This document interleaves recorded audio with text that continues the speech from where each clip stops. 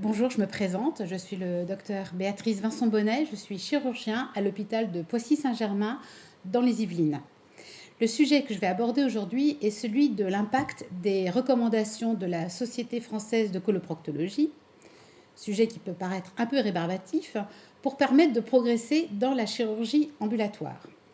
Alors, on va cadrer le sujet d'abord sur qu'est-ce que c'est que la chirurgie proctologique. C'est celle qui concerne les maladies de l'anus et du rectum. Et pour évaluer le volume de cette chirurgie sur la France entière, hormis le cancer du rectum qui est traité à part, le volume d'actes est à peu près de 145 000 actes par an en France. Et chose curieuse, c'est que ces actes sont réalisés, certes, beaucoup plus dans le secteur privé que dans le secteur public, mais que pour ce qui concerne la chirurgie proctologique ambulatoire, en 2013, nous étions à un taux de 30 à 31% ou 32% au maximum, c'est-à-dire presque 10 points en dessous de la moyenne nationale pour toute la chirurgie ambulatoire.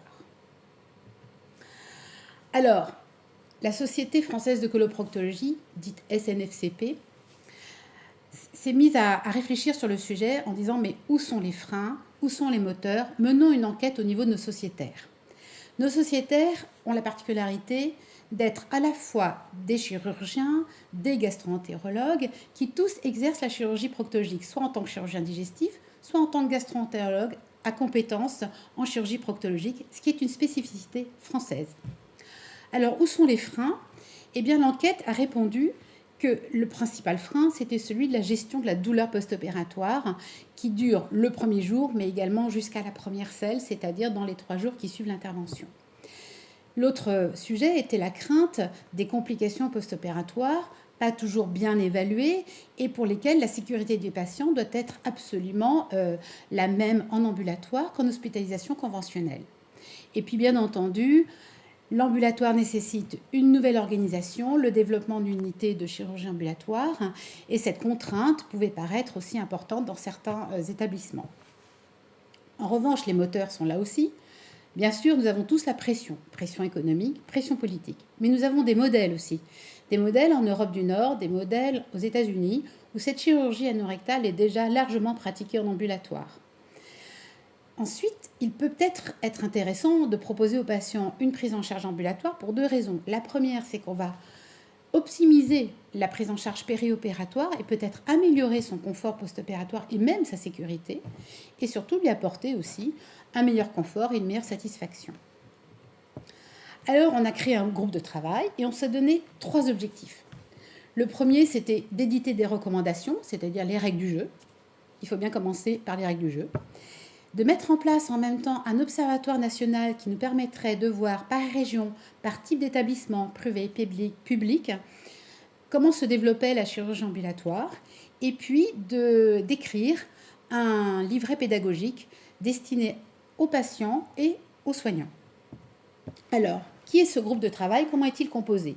Nous sommes 11, et parmi ces 11, vous voyez au centre de l'image les 3 chirurgiens, et puis tout autour, la galaxie de gastro-entérologues qui exercent aussi bien dans le système public que dans le système privé que dans le système universitaire. Mais il y a également la présence d'un anesthésiste et la présence d'un représentant, le docteur Bontemps, de l'Agence nationale d'aide à la performance pour justement pouvoir mettre en place en particulier l'Observatoire national. Alors, comment avons-nous réalisé cet Observatoire national ?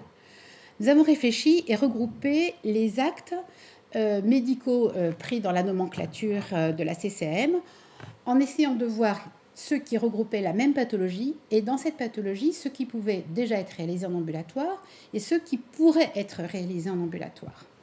Nous avons ainsi, par exemple, pour la chirurgie hémorroïdaire, regroupé d'une part la chirurgie mini-invasive et la chirurgie plus invasive qu'est l'hémorroïdectomie.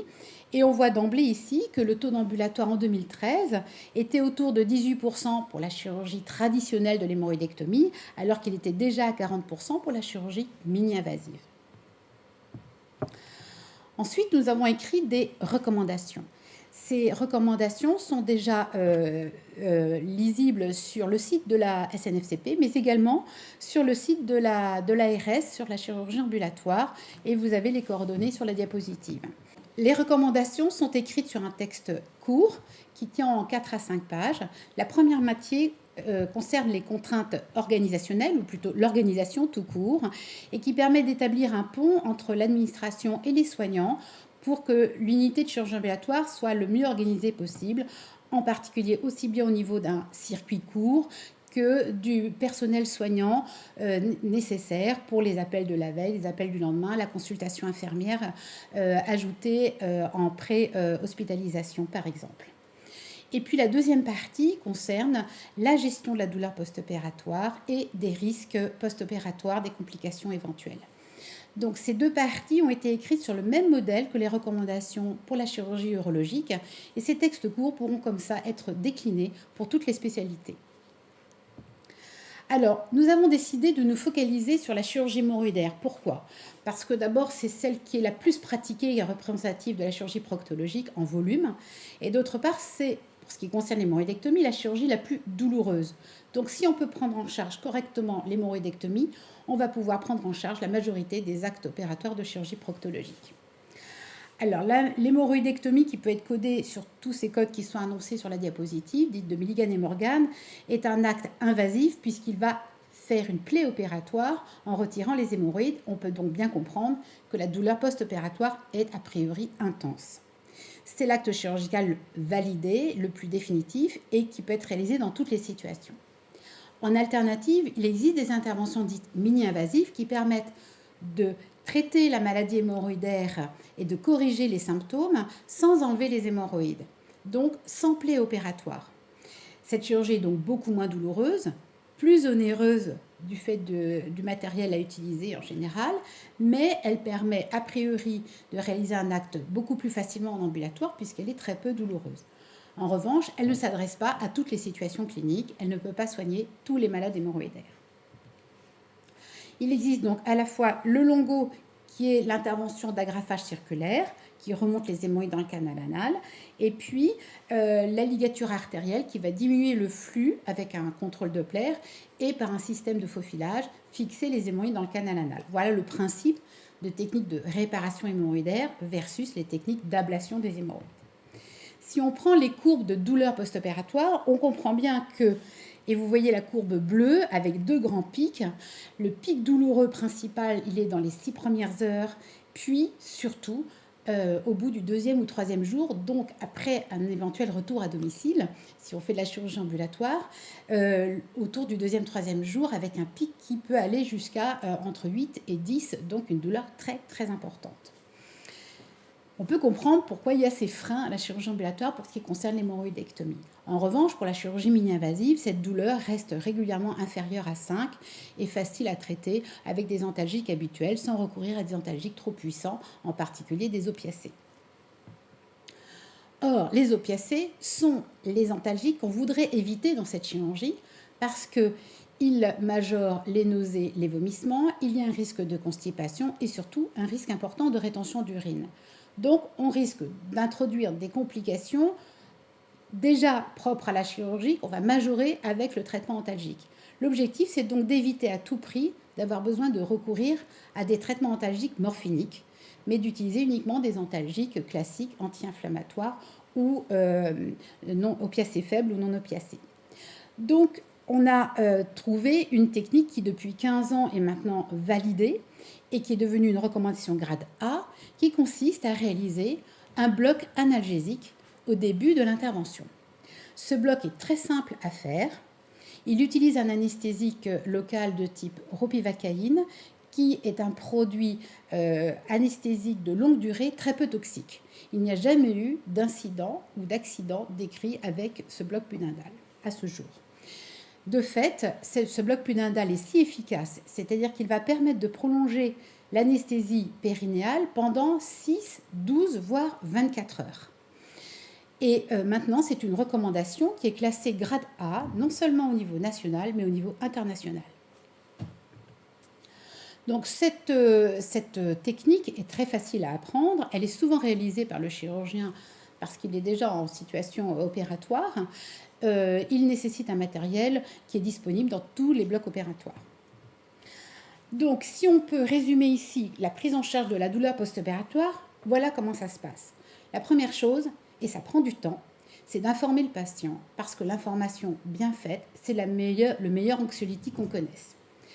Donc, information au niveau de la consultation de chirurgie et au niveau de la consultation d'anesthésie, d'une part en expliquant que ce bloc opératoire va permettre au patient de ressortir le soir avec les fesses encore endormies, mais en revanche, il va découvrir la douleur à la maison. Et là, il faut qu'en relais, il sache complètement prendre en charge son traitement médicamenteux qui va être inscrit sur l'ordonnance qu'on lui remet d'emblée. Et cette ordonnance va être expliquée et réexpliquée. Elle est expliquée à chaque consultation et elle est souvent réexpliquée par l'infirmière, voire par le pharmacien de ville, voire par le médecin traitant. Donc cette ordonnance, elle est déjà à disposition du patient qui achètera tous ses médicaments avant de venir se faire opérer. Et elle comporte l'association systématique d'anti-inflammatoires non stéroïdiens et de paracétamol, mais également d'un antibiotique, le métronidazole. Et si ce traitement ne suffit pas en relais de l'anesthésie locale, eh bien, il ajoutera à ce moment-là des antalgiques plus forts, mais non opiacés, que sont la codéine, le néfopam ou le tramadol. Et c'est vraiment en dernier recours qu'il utilisera la morphine Péros. Il faut également penser à la douleur de la première selle, donc non seulement bien calmer cette douleur jusqu'à ce jour-là, mais prendre des laxatifs qui seront débutés avant l'intervention. Maintenant, on va voir la gestion des complications. La gestion, c'est pas la gestion, c'est même la prévention de ces complications. Et c'est là qu'on optimise la prise en charge des patients et que probablement on diminue la fréquence de ces complications. C'est d'abord de les identifier. Donc le travail d'une société savante, ça a été justement de faire toute une revue de la littérature pour essayer d'identifier les complications très précoces qui pourraient empêcher la sortie d'un patient le jour même et toutes les complications qui pourraient survenir dans les 3 à 5 jours d'une hospitalisation conventionnelle comme cela a été fait jusque-là. Eh bien, nous avons identifié 3 complications principales, la rétention d'urine, le saignement post-opératoire et une constipation, voire la constitution d'un fécalome. Alors, pour ce qui est de la rétention d'urine, on s'est aperçu que c'était la complication la plus fréquente qui survenait dans 5 à 15% des cas parce que la chirurgie hémorroïdaire et de la fissure anale sont des chirurgies disuriantes. Alors, comment prévenir ces complications? Eh bien, il y a quelques règles du jeu très simples. La première, c'est de s'assurer d'une bonne vidange de la vessie juste avant l'intervention. La deuxième, c'est d'éviter de remplir le patient et de lui perfuser plus de 500 cc lors de l'intervention et même au mieux de le déperfuser quand il sort de salle de réveil ou de lui obturer son petit cathlon. Au niveau de l'anesthésie, il vaut mieux une anesthésie générale et éviter une rachianesthésie qui ajouterait un risque disuriant à cette chirurgie qu'il est. Et puis également éviter le recours aux opiacés, et ça c'est là aussi l'intérêt du bloc pudendal, puisque les opiacés en post-opératoire immédiat vont encore majorer le risque de dysurie. C'est la rétention d'urine qui est le premier obstacle et frein à la sortie du patient le jour même de l'hospitalisation, et donc à l'ambulatoire. Pour ce qui concerne la chirurgie hémorroïdaire et fissure anale, qui est la plus disuriante, nous conseillons et nous recommandons le contrôle de la vidange de la vessie avant la sortie du patient par un monitoring échographique. Pour les autres chirurgies moins disuriantes, un interrogatoire suffit et il n'est pas toujours nécessaire, à condition de prévenir le patient qu'en cas de difficulté à uriner dans les 12 heures à son retour à domicile, il rappelle l'unité de chirurgie ambulatoire ou les urgences. Maintenant, pour ce qui concerne le saignement, eh bien, en fait, la chirurgie ambulatoire ne change pas grand-chose parce que il y a le saignement immédiat, qui est un saignement par défaut ou difficulté d'hémostase péropératoire, et donc il suffira de surveiller le pansement avant la sortie du patient pour se rendre compte qu'il y a un saignement encore actif qui nécessite une prise en charge, et à ce moment-là, évidemment, il n'y a pas de sortie du patient. C'est une cause extrêmement rare puisqu'elle est directement liée à l'acte opératoire lui-même. Donc une hémostase bien faite ne devrait pas engendrer ce genre de problème. En revanche, et c'est très particulier à la chirurgie proctologique, le risque de saignement n'est pas dans les 3 premiers jours, il est entre le 5e et le 15e jour, une fois qu'on reprend son transit intestinal et surtout s'il y a un effort défécatoire important parce qu'on peut faire une chute entre guillemets de croûte ou d'escarre et à ce moment-là avoir un saignement qui nécessite une réhospitalisation.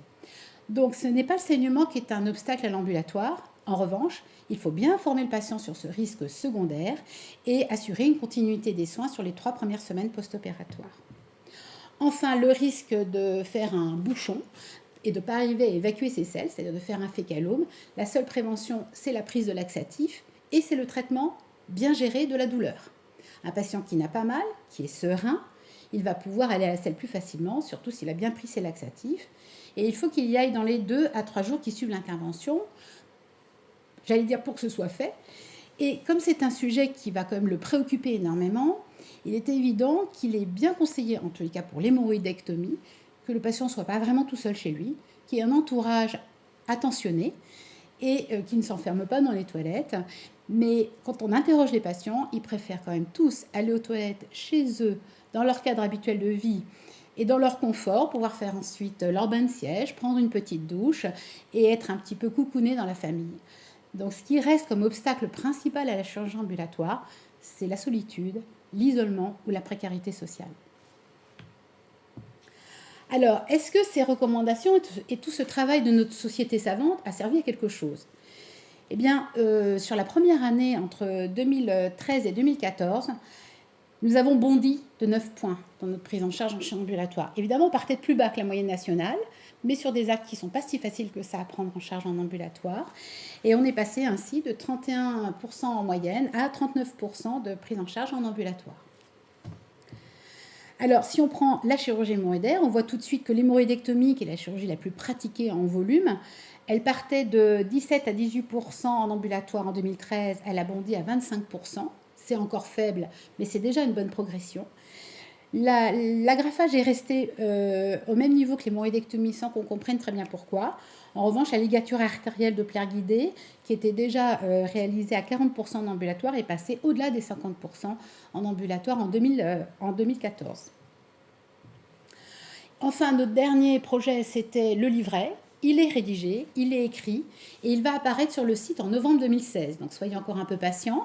Consultez le site de la SNFCP et vous pourrez découvrir un livret qui concerne à la fois le parcours patient, ce qu'on appelle le chemin clinique ambulatoire, le document pédagogique qui sera remis aux patients concernant la chirurgie proctologique ambulatoire avec des questions-réponses et une ordonnance type au niveau national que chaque soignant pourra s'approprier et que le médecin traitant pourra consulter. Et puis un livret pratique également sur la gestion des complications précoces et en particulier la conduite à tenir sur des rétentions d'urine. Enfin, il faut continuer à développer la chirurgie mini-invasive, même si elle peut être plus onéreuse. Elle permettra à la fois une hospitalisation courte, une reprise d'activité précoce, et il faudra prendre tout cela en compte dans l'évaluation médico-économique de nouvelles technologies chirurgicales. Je vous remercie.